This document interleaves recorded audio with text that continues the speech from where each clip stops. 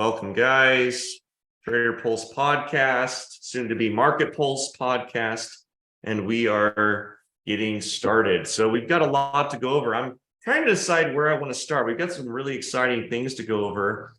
I think what I'm going to start with today is a story, a fun little story about some geopolitical tension that we're experiencing in the world around a little island that happens to be right next to China. So here we are in this, sorry, flat earthers, but here we are in this big round blue planet. And you can see, here we are in this country. Some of you might be in Canada, parts of Europe. But if you go over to clearly the opposite side of this planet, what you're going to see here is this little itty bitty island. And we call this island Taiwan. And Taiwan happens to be next to China, one of our, I would say, geopolitical rivals and emerging economic countries globally. In fact, I would say if any of you guys follow Ray Dalio and have read his last book, Principles, you will find that China is an emerging country right now from a geopolitical standpoint. And their economy is growing. Yes, they are very much dependent on us. I understand all the ties and connections to the dollar still, but the reality is China's growing and Taiwan has been a target. And you can see why. It's so close in terms of its border. And there are some carrots there from a resource standpoint. Not like there's gold on the island or there's some mineral that's like really rare. But there happens to be something that happens in Taiwan that from a global position is really significant. And I would say China has been very studious around watching where we're going as a globe, what's going to matter, what's going to have the most influence in the future. And manufacturing around chips, these little microprocessing chips, are something that is a natural resource in a way. And Taiwan happens to be the place where the most chips come out of. And we're going to talk a little bit about how this has impacted the stock Nvidia. So let's just jump over really quick. I want to show you guys this little thing I put together. Which one do I want to do? Let's talk about Nvidia. We're going to talk a little bit about Nvidia. Let me bring this over so that I can see it also. But guys, if you're looking at this with me, you can see Nvidia in the last day. I mean, this is incredible. I mean, this is like mind-blowing, even on some scale, right? Like the amount that the stock has gone up. You can see, like, we've hit spikes in Nvidia upwards, in the last, I think this chart was a 1 week, a weekly chart. So this is weekly data, but this goes clear back into, a few years ago. And you can see a pre-spike that was happening from what? Cryptocurrency, because these little gain cards, in fact, I used to have this rack of, I used to have this rack of Nvidia cards that I would use to go out and mine Bitcoin and mine Ethereum or whatever the most profitable cryptocurrency was at the time. And it took these gaming cards, these really, really fast, really efficient gaming cards to go out and mine these coins. Now, there are, these ant miners and these more dialed in miners now, but they still require these microprocessing chips. And I found this article that was just posted today about why Nvidia suddenly is one of the most valuable companies in the world. And I'm going to give you a summary of what this author, Garrett Vink, had to say about it. And I think he's right on point. And I have some of my own arguments about this, but I want to bring out some of the bullet points from this. And more importantly, my takeaways of why Nvidia had this run and what it's going to mean, one, around the stock, but like what's actually driving it. And so if you guys have been following AI, and personally, I've been talking about AI since the podcast has started with my friends, I've been asked, to help commission some things on the state. I'm speaking on a panel next month about AI, both from a regulatory and concern, like there are a lot of security concerns, but also the advancement and like what this is going to mean towards the future. I would call it an industrial revolution even.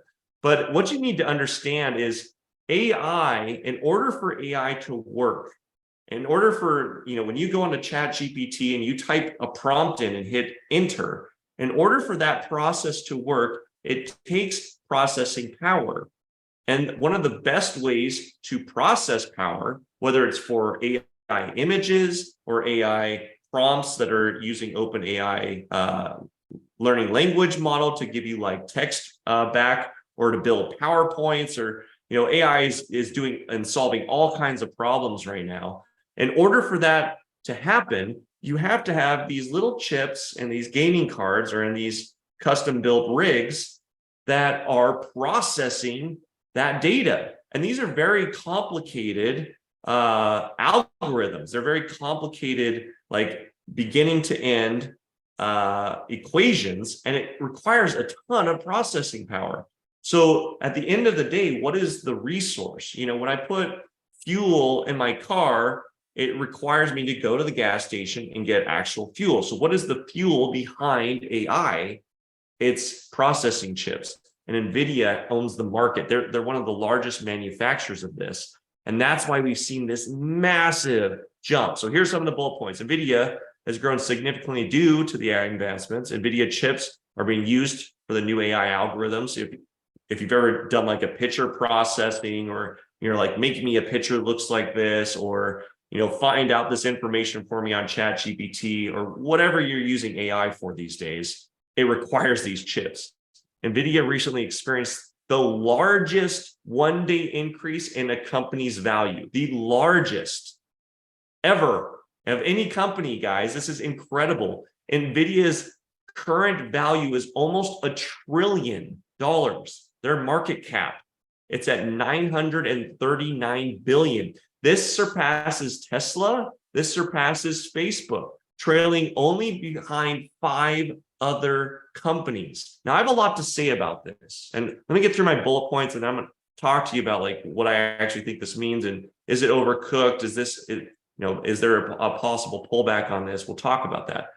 But Nvidia's GPUs are in high demand for this AI data processing, like we just talked about. The company's AI focused business has, AI, any company, even my company, is using AI more than we've ever used it, and we're counting on using it even more. So this processing demand is definitely going to go up, which means you're going to need more of the resources. Nvidia continues to dominate the market despite other tech companies' efforts. So are there competitors coming in for more like options for processing chips? Absolutely. Like seeing the demand come in, if you're someone who is a competitor or thinking to start a business, creating these microprocessing chips happens to be a good idea.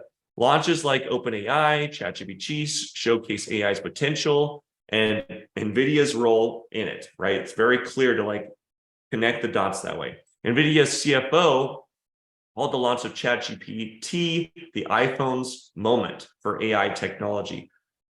I have some other things. I think it's actually bigger than that. But from an Nvidia standpoint, from like a resource standpoint, I would say he's right. This is an iPhone moment for like, and in fact, I used to be in the cell phone industry. My partner, Kevin, and I had about 30 stores from Chicago to Hilo, Hawaii, all under one brand. And we were mostly selling T-Mobile, right? Verizon.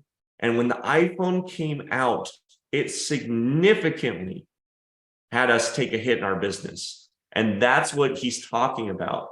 ChatGPT, the launch of ChatGPT is like the iPhone movement for microprocessing chips. It's the thing that's going to create the most demand for these chips. It's not blockchain.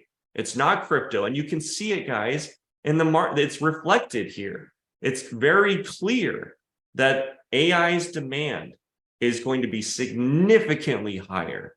And it makes perfect sense, significantly higher than anything that ever happened in crypto. Why? Because there's actual use cases. I'm not saying crypto doesn't still have its place, or blockchain technology still doesn't have its place. It does, but AI in a way just kind of made it its little pond. And what I mean by that is, if you look at the applications for AI, every day you can go online, and I'm trying to keep up with this stuff, but every day there's new innovation, real applications, real products that people can use. Crypto were all these ideas around how to use blockchain, but the actual feasibility of using something, like where rubber meets the road, it was pretty far and few in between. Yes, we got NFTs out. Yes, we got this way to put documents and certain identifiers on the chain. Like, I get that. The application makes sense. But like, how many average people use that? Not that many. But how many people are using AI today? How many people are waking up, and the moment they discover what AI can do for them, they never stop doing it? And I think that's why there's high demand here. Now, having said that, do I think Nvidia is a little overcooked right now? Again, this is not financial advice, just like our disclosure showed.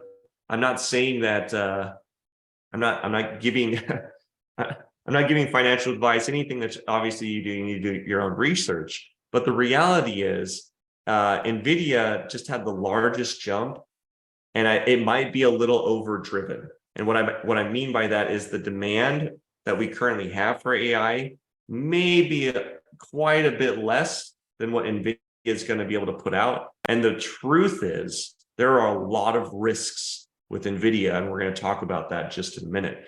One is, you can have insane market cap, but if you have the inability to create these chips, if you have no value, then the stock's going to drop, because at the end of the day, the return to investors is all speculative. It's treated like a growth stock. So that's one.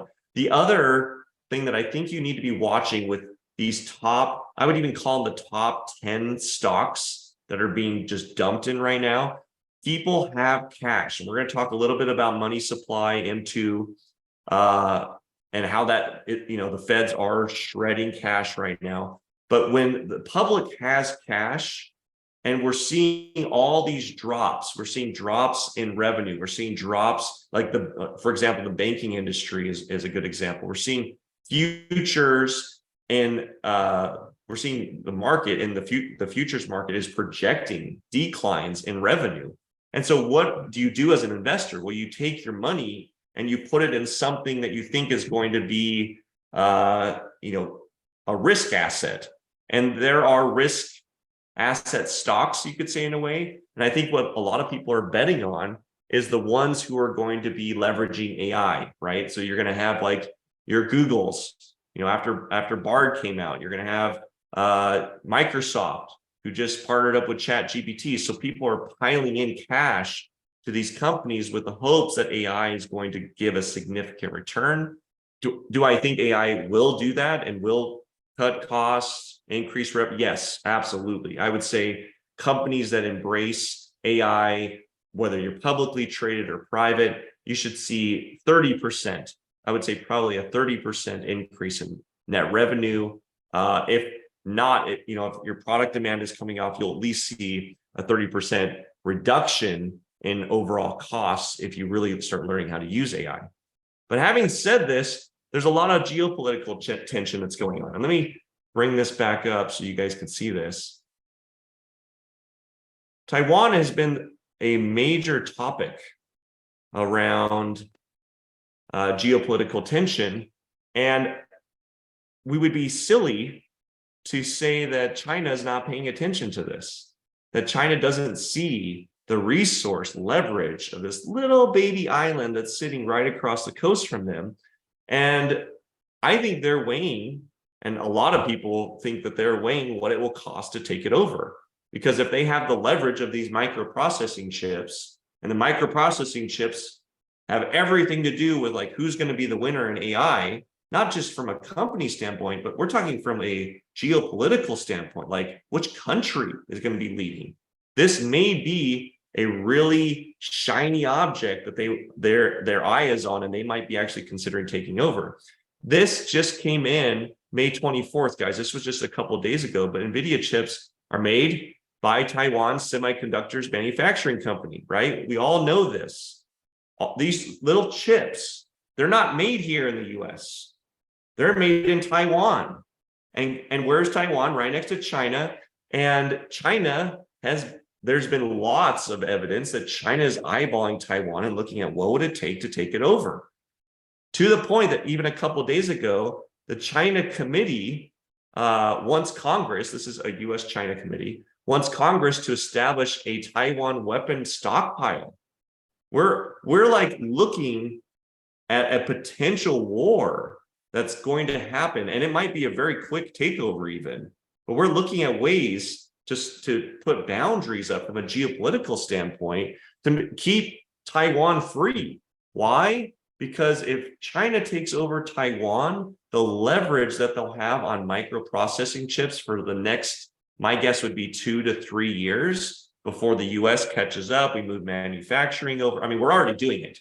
I don't know how many of you guys are aware of this, but we're aware of the threat. We're aware of the tension. We're aware of the leverage China has.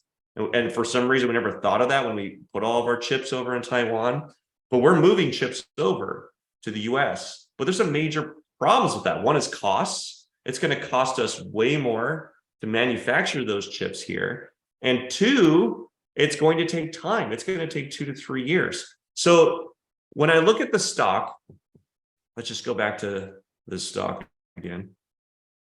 When I look at this stock and I look at Nvidia stock being this high, do I think it's well positioned, or do I think that this is where the value should be at?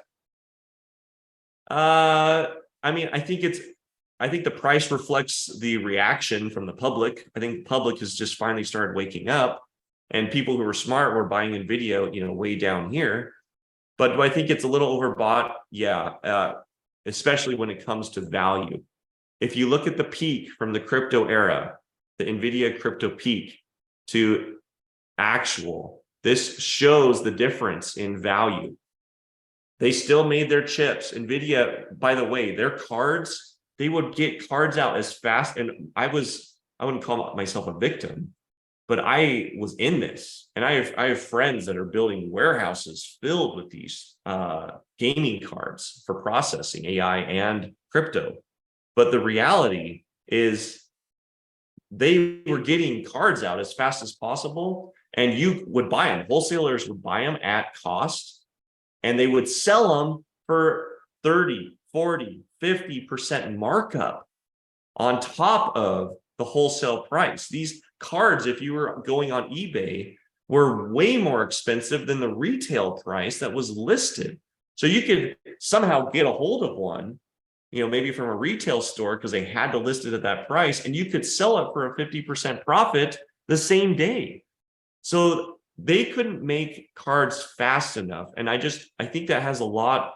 You have to look at like value and ability to create value when you're looking at price. And I just don't know how Nvidia is going to create that much value. I don't know how they're going to turn up how fast they're making chips to make the value, the return, right? Your PE ratio high enough and attractive enough that the stock value will stay high. So if you own Nvidia, my recommendation would be get some options on this, get some put options as maybe a hedge to protect your bets.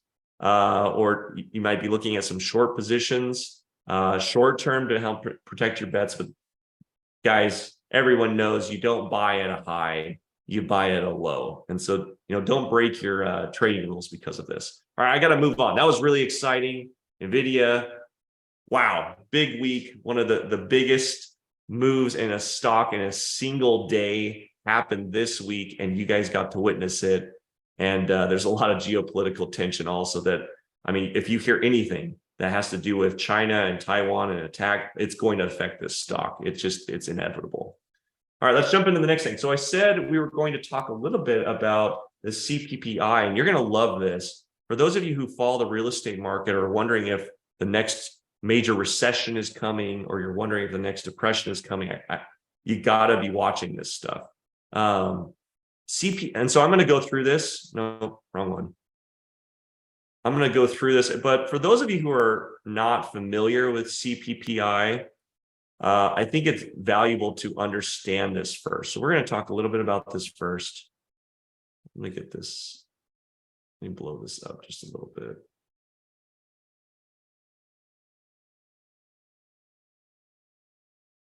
There we go. So I like, one of the things that I like about CPPI, GreenChart does a great job of this, and this indicator is a indicator of a percentage of all different types of commercial real estate. And if you want to go to their site, go to GreenChart's website, one, you'll see this chart, but two, you'll also get the percentages of like what percentage of certain type of commercial makes up this index, because I think that's valuable. But you can see, guys, just looking at this chart, here's the last quarter in value. This is value in the commercial real estate world in the US. You can see that we have had a significant drop. And I believe, don't quote me on this, but I believe it was somewhere close to 25% drop in certain markets in the last quarter, 15% drop overall. And so what does this look like? Look at the commercial real estate values or index back in 2007, 2008. It started around 2007, right? It started in 7, and then we went into the 2008, 2009 recession. And then we climbed out of that over the last, decade. COVID hit. This is the COVID drop in commercial real estate prices, and then things climbed back up. But you can see, guys, I mean, look at this. Here's a better illustration, but a little more close. Look at the climb through 22. This is when things were really good. We were still doing some quantitative easing. There was no interest rate hikes. It started to flatline the moment we started doing interest rate hikes. Interest rate hikes continued to go up. And what happened? We started to see a drop off. And this is why we've seen bank failures run on banks, is because banks are getting tight. Their wallets are feeling tight as these commercial real estate deals that they've done over the past decade start to fail or start to default. It's going to impact their overall cash holdings. And what does that mean for the consumer? What does that mean for overall real estate? What does that mean for the market? What does that mean for future bank failures? Well, we'll talk a little bit about that. But first, let's talk about the CPPI. And I want to just give you some quick bullet points of like why this matters, why it's important. So CPPI is the Commercial Property Price Index by GreenChart. It measures commercial property values changes, focuses on investment grade real estate, covers office, retail, industrial, and apartments, and is published by GreenChart Advisors. The significance of this, and why does it matter? What might be a better way to say this? And the impact of the CPPI on markets is it provides market insights and trends. So this is an indicator that really can help you see, like, is real estate going this way? Is this going to impact the banks? Is this going to impact possibly the stock market? It helps you evaluate investment opportunities. It assists in risk management, right? If you're considering buying commercial real estate right now, or if you're a bank and you're going, should we be lending to future commercial real estate deals? This would be something that you'd be looking at. It serves as a pricing reference, and it reflects market sentiment and helps people understand, like, are people buying, are people selling? Well, if I were a bank right now and I were looking at this chart, this would be scaring the living daylights out of me. And let me explain why. Banks did these commercial real estate loans. I've got a bunch of commercial real estate that we do. And here's the difference between your home loan and a commercial real estate loan. Most commercial real estate loans are 3 to 5 years. Now, those loans were done way back here when rates were, we had rates at like some upward high 3s, 4%. Now, we got a deal. In fact, we did a large consolidation loan this year. We barely got it in like the mid 6s, like low to mid 6s. And imagine the people who their commercial real estate, let's say San Francisco as an example.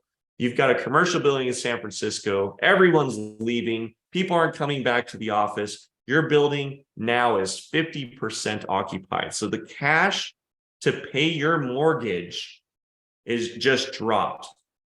And to make things worse, in 1 year, your rate is about to double, meaning that the cost to service that building is about to go up. And the money coming in from your tenants has dropped. How many of those do you think are going to default? Well, it's already been happening. And that's why we've been seeing bank failures. The banks that have the highest CREs, the commercial real estate loans, or the ones who've done the most, are the ones that are going to be the most susceptible to this. And so what does that mean to you? Well, let's talk about this for just a second. If you have your money, your cash in a bank, and you're wanting to get a new home loan or a car loan, even any type of business loan, and the bank's looking at that chart that we just looked at, what do you think they're going to do? Do you think they're going to be as thoughtful and as easy? Like, is their lending practices going to be as easy as they were 2 years ago? Are they going to go out and, give you that new home loan, or refinance your car, or give you a new business loan or a larger line of credit? No, they're scared to death of this future that's coming within the next year, 2 years, that may likely cause their bank to default. Now, it's not the big banks. The big banks have already penciled this in. We've heard from some of the big banks like JP Chase, and they're like, we're well equipped to handle these defaults. It's going to be your regional banks. And the regional banks are going to suffer the most from this. And they're also going to be the ones that don't give out loans. They're going to be the ones that aren't going to approve a house loan that you're trying to get. They're going to be the ones that are going to be charging a higher interest rate to make things work. So the appetite for lending has largely shrunk. And guys, this is part of the plan. Let me show you this. Let me bring up another chart here. I've got another one here somewhere. I might have to bring this up. We're going to go really quickly because I think this is valuable to talk about, but we're going to talk about money supply.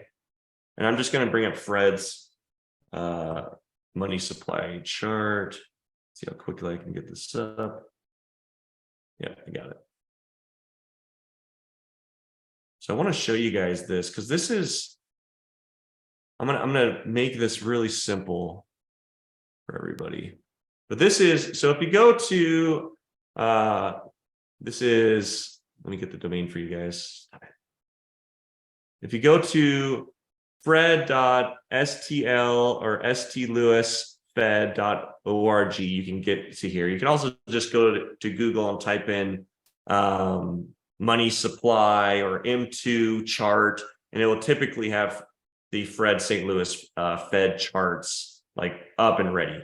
But this is M2. And what is M2? It's the cash or the money supply that exists in the actual market.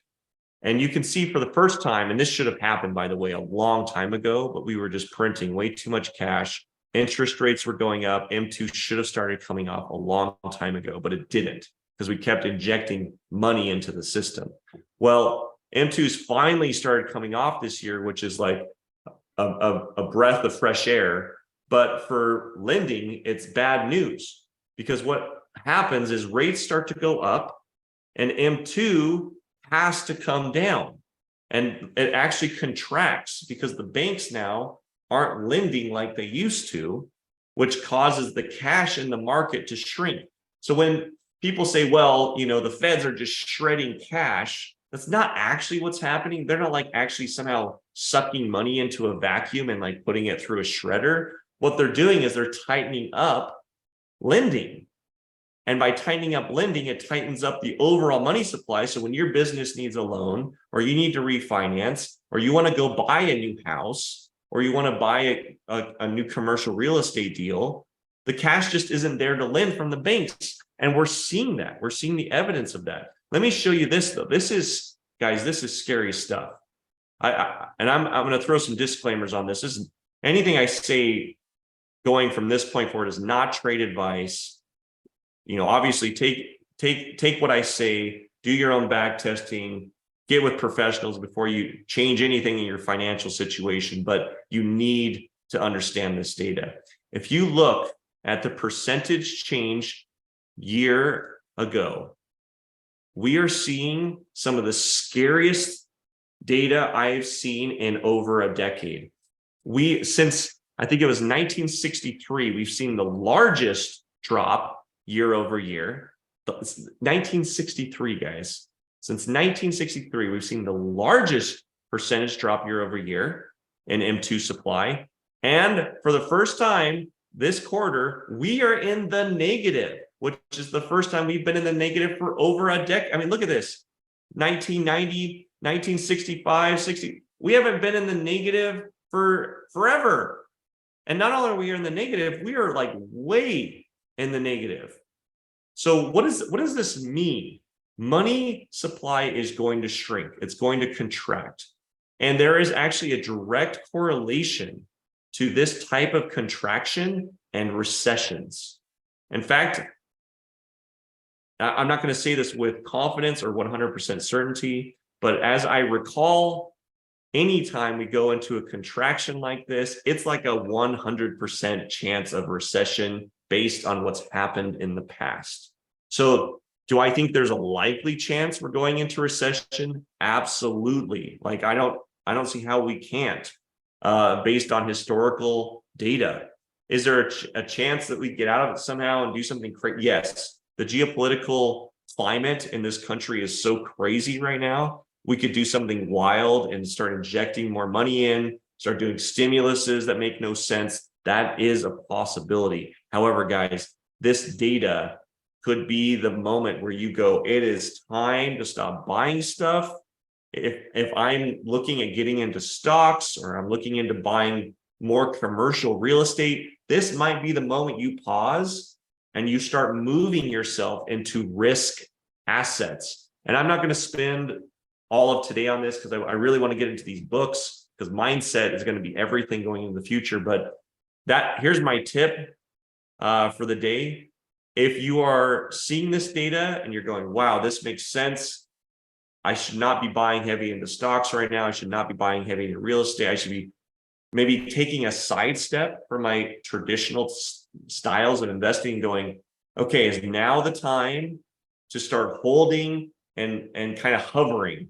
You know, the vulture effect is now the time to start, hovering over our prey and waiting for the moment to buy back in. And I would say all indicators say now is the time to start getting more risk adverse, start getting into heavier risk assets. And that would include, some people think it might be Bitcoin. I've heard people say you should have, and I'm not giving this advice, but I've heard people say you should have at least 1% of your assets in Bitcoin. It could be that you put your money in bonds. You got to be careful there though, because certain bonds, depending on the country you're going in, could default, right? So you want to make sure that the country you're going into, you believe that they're going to be able to pay off their debts. Risk assets also include commodities, guys, things that you can hold, things that you can touch. There are some deals right now in commercial real estate. There are deals right now in real estate. We have seen a drop nationally in real estate prices. We have seen a drop in commercial real estate prices. The overall stock market has dropped aside from these top 10 stocks that people are just dumping this M2 cash in. And now that M2 supply is dropping, this should actually cause the market to contract overall, because the market goes up because of overall cash in it. The market comes down because of overall cash dropping out of it. So having said that, guys, there's a lot of things you could be doing. I'm particularly looking at timing the bond market right now. There's a direct correlation, as you may or may not know, to bonds and interest rates. And the moment interest rates start to drop, the value of a bond that you already own that's long-term goes up. Why? Because that percentage return on a bond doesn't exist anymore, right? If someone has to buy a new bond, they're buying it at 4% or 3%, depending on what the market gives. But if you're holding a bond that's at 5%, that's going to be a higher valuable asset. And typically, I'm not saying this will happen, but typically for every quarter point that the market comes down in price, not up, but down when we start doing some quantitative easing, you'll see sometimes a 1.5, 2 to 2.5% increase in your bond price. And so that's just based off of historical data. Obviously, do your research, make sure you understand what you're investing in. I'm not giving any trade advice here, but it's something that you should look at for educational purposes. So let's go into the last but not least subject. So going into this, one of the things that I think is going to be crucial, and I'm a huge Tony Robbins fan, and I remember doing his business mastery course. And now that we're going into winter, he calls it winter. Now that we're going into a season of contraction, if you have the right mindset, this could be the most valuable time to grow your net worth, to come out on top than any other season. And I love Tony Robbins because he did this thing when we went to business mastery where over and over, he was planting in our head that it wasn't when things were good that we should be leveraging things and it was our season. It was when winter came, that winter was our season, that winter was the time to go hard. And I would say, guys, we are heading into winter, and now is not the time to let up. Now is not the time to kick your feet up and go, oh, I'm just going to ride this out and see how things go, or I'm not going to stress about. No. Now is the time to double down on your energy going into this, your education around this. Like, now is the time that you could trade, you could literally change your stripes. You could find yourself 10 years from now in a completely different demographic. Why? Because when there is a recession, depression, any type of contraction in the market, the leveling of the playing field happens on a scale that doesn't exist in a growing market.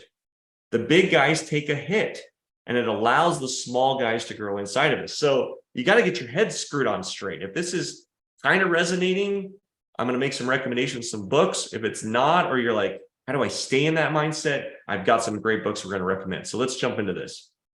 So there are dozens, but before we jump into this, I think it's important to say this.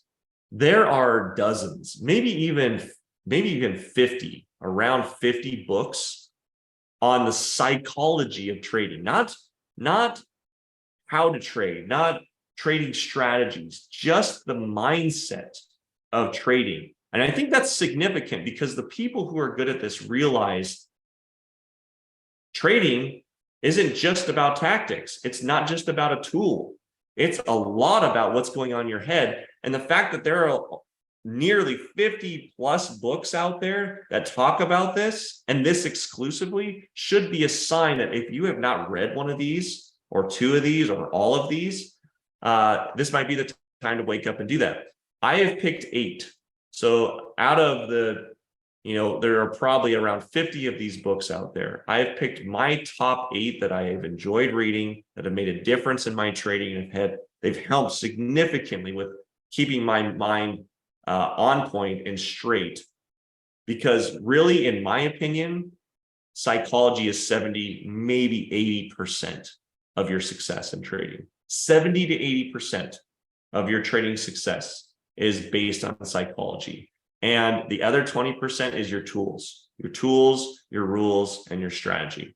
So let's jump into this, guys. So we're just going to go right into this. There's multiple ways that you guys can get these books, whether you buy them on Amazon, have them shipped, go to a bookstore. A lot of these are actually sitting on the shelves at bookstores are that popular.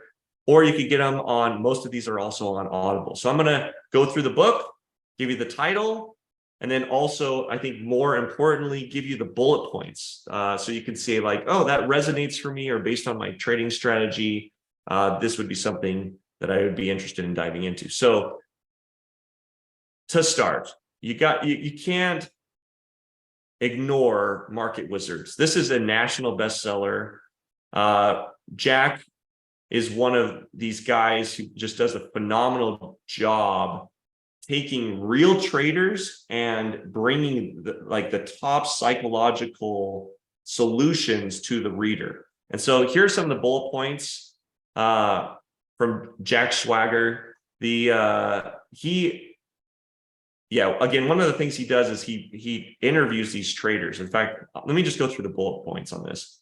This book offers insights into the psychological guardrails and mental attitudes of the world's best traders applied daily. So Jack went out and he just like went out and found the best traders he possibly could find. And he started identifying like these unique guardrails that each of them had that were very close to each other. Like, oh, all of these guys do this when they do their trading. All of these guys have this certain attitude. And it wasn't like one person or his experience. He got like kind of this consensus among all the traders. One of the things I love about this book is it shares actionable recommendations for everyday traders based on the advice of these interviews. So it doesn't just go like, I noticed this about this group of traders. I noticed how they all have a room that looks this way, or they have their affirmations up or whatever. He actually, in the book, in each chapter, gives these like actionable things that you can do. And that's what I love. Psychology is so tough because we can talk around it, right? For those of you who've been like to therapy or studied psychology, it's really a lot of language. It's a lot of like chatter. And it's really hard to get like, where does the rubber actually meet the road here? How can I actually shift my psychology? How can I change my mind? And this book does a great job, but from the perspective of actual traders. Okay, he's not a psychologist. He's not going to, yes, he understands psychology to some degree, but he's not like a psychologist. He's not a doctorate in that field. And so you're really getting a book that I think is like from a trader to trader, from a natural, real human perspective to a real human trader. It's really hard sometimes to get these books that come from doctors and try to like, you love reading them because from an intellectual standpoint, it's very stimulating. But when it actually helps your trading, it has a hard time rubber meeting the road. So anyways, Market Wizards, I'd recommend that one. Let's talk about this one. Trading in the Zone is one I read a long time ago. I've recommended it over the years to multiples of my students. Mark Douglas is the author. Here's some of the highlights from this book. Provides lessons. So he kind of breaks things out into the like lesson formats, but he provides lessons from Douglas's experience as a trader and a coach. So this is more personal. He didn't go out into the world, but this was like his personal trading and as he coached traders.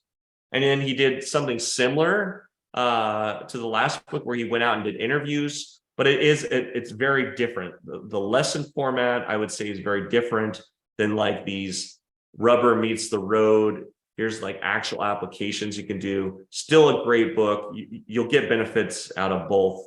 But this is my number 2.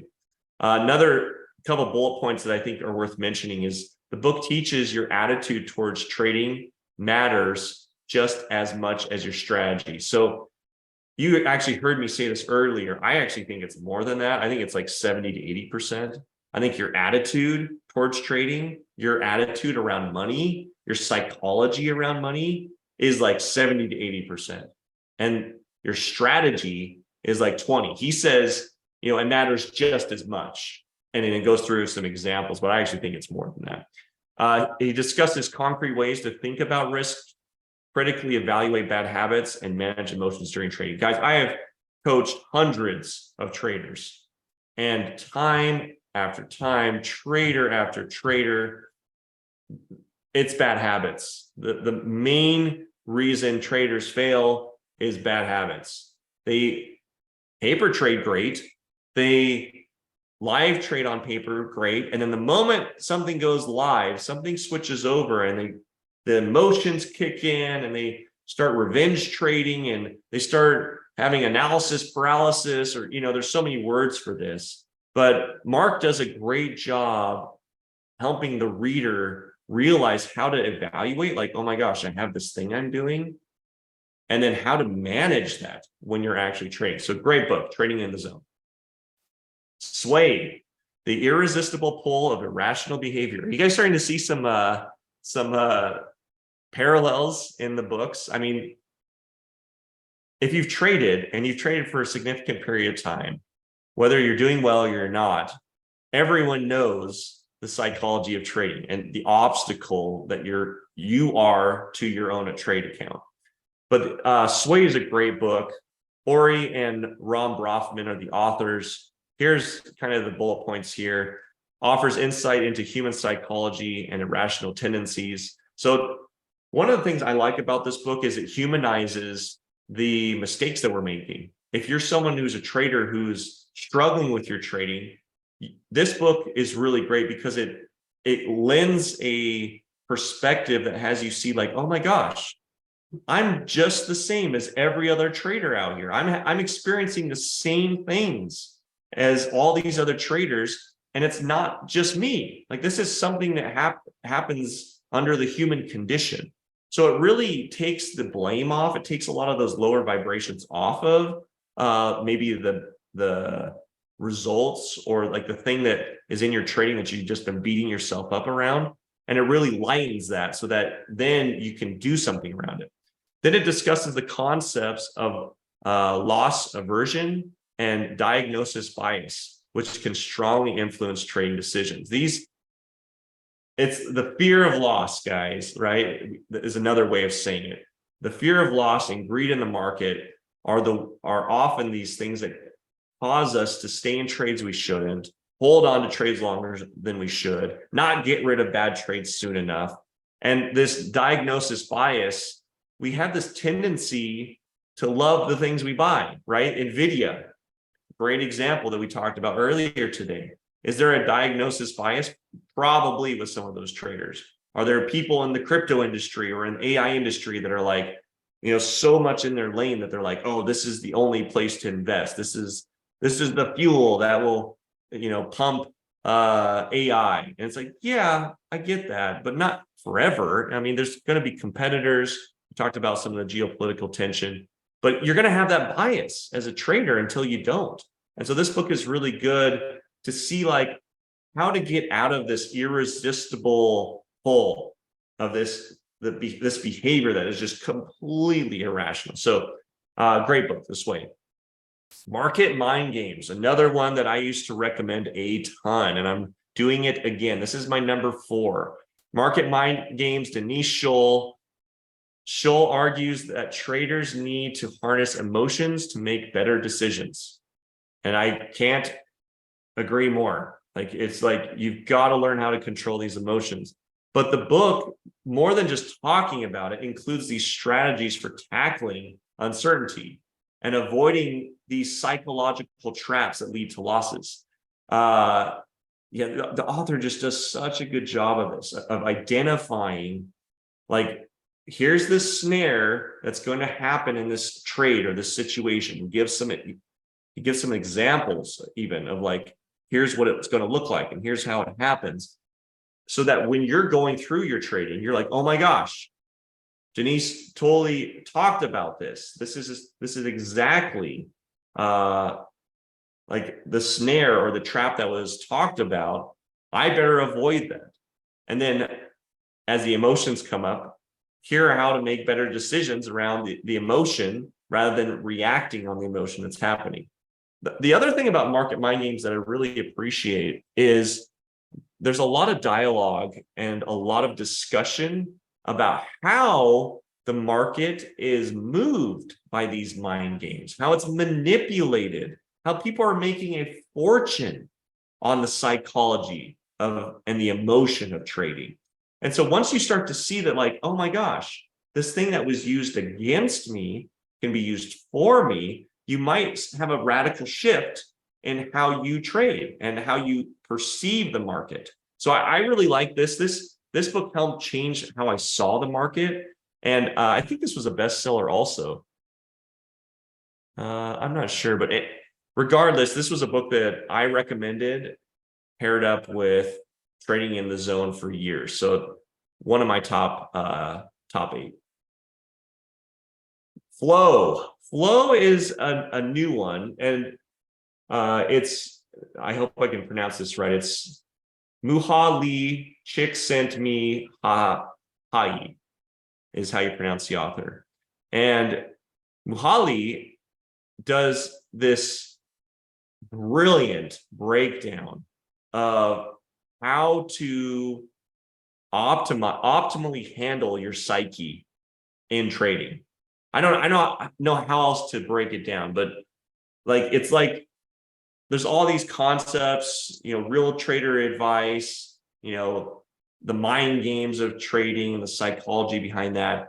And Muhali does this way of looking at it from how to have the best experience.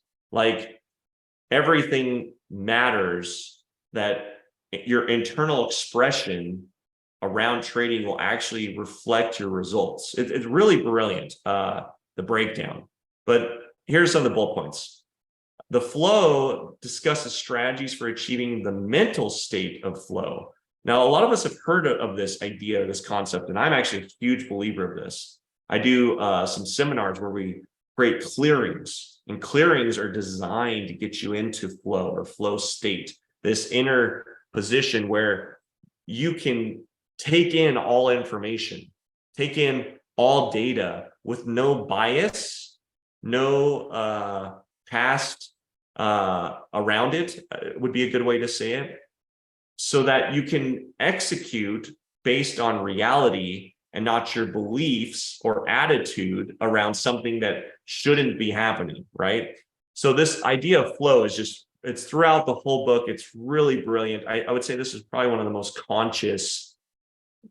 conscious psychology trading books in the market today.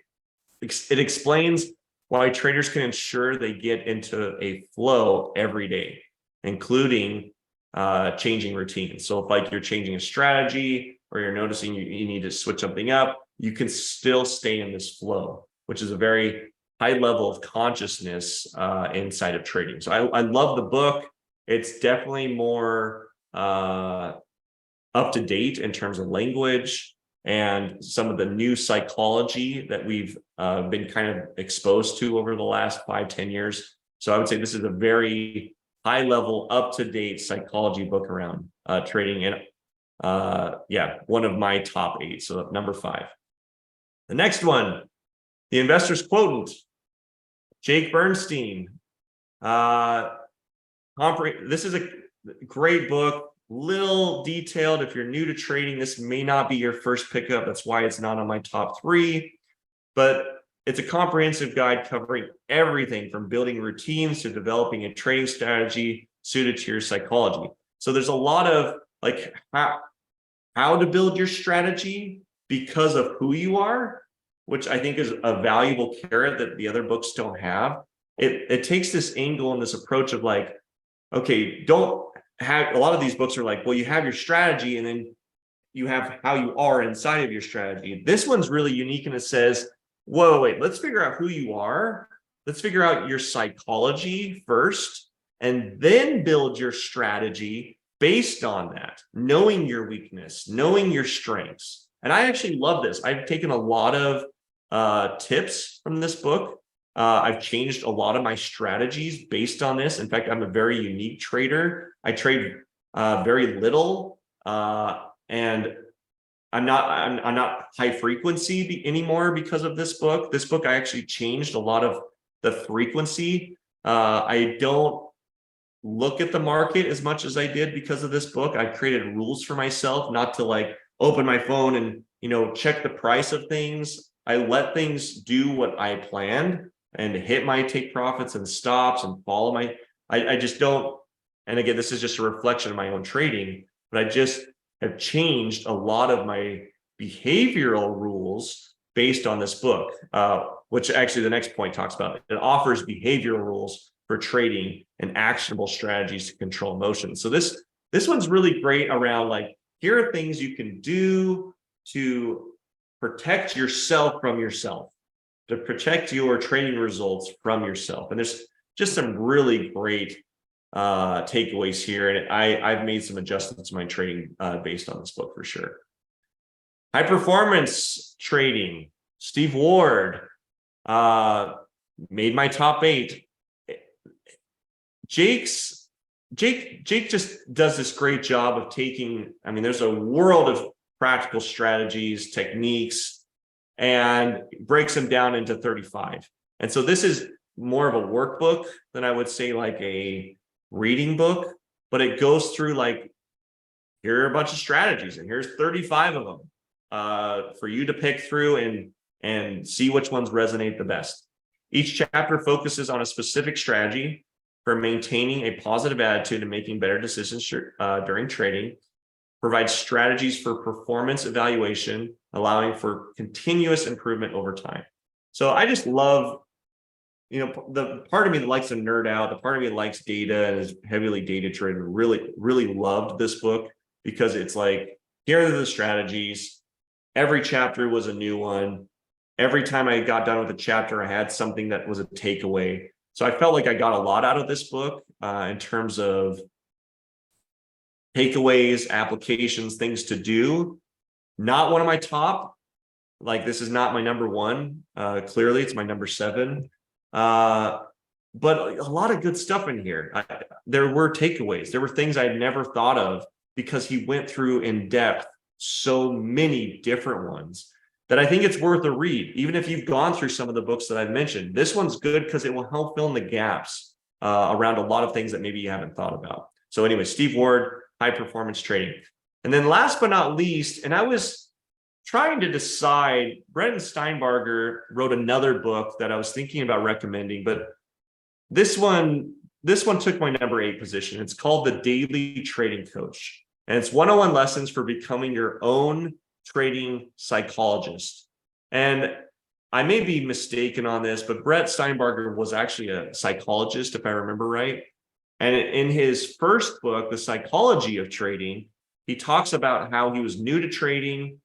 He wasn't doing well, and he realized how much of a psychological game it actually was. And so this was not his only book. The Daily Trading Coach packs in 101 strategies for improving your trading mentality. So lots of stuff in this. A valuable resource for new and experienced traders. So I revisit this book sometimes. It's great for me in terms of like a refresher, like to go through and be like, okay, what am I missing? Maybe am I not doing as well? What in my daily practice or my weekly practice before I start back testing or doing my strategy? Am I in the right mindset? And it helps, because I do get distracted. I see these little carrots all the time. In GreenChart, we're doing some crazy stuff right now. We're building some insane tools, and it's hard not to see the shiny object and remember your psychology behind it, and not just jump into something based on the emotion or some back test where I've got some insane result and it's like, oh, I'm going to get rich. Let's dump a bunch of money. And it's like, whoa. Okay, bring it back, Matt. And this is just it's like if Brett ever heard me say this, he'd probably be upset about this, but this is the book you put in the bathroom. It's one that you can go through really quick. You can get the principle really quick, and it's short. It's like short reads, short stories, short strategies, great reminders. It's like, maybe something you put on the nightstand, because you can go through and get your daily dose, within like 3 to 5 minutes. That's what this kind of book is. It's kind of like a mini Bible around psychology for trading. All right, guys, we are there. Woo! That was a lot for today, but there's my top books. I'll go through them one more time just so you guys have them. You can write them down again. The Daily Trading Coach, High Performance Trading, The Investor's Quotient, Flow, Market Mind Games, Sway, Trading in the Zone, and Market Wizards. All right, guys. Thanks for being on here. I'm Matthew Pohl, your host. Trader Pulse podcast. We are changing that name to the Market Pulse. And we'll be here same time, same place next Friday. You guys have a great Memorial Day weekend, and happy trading.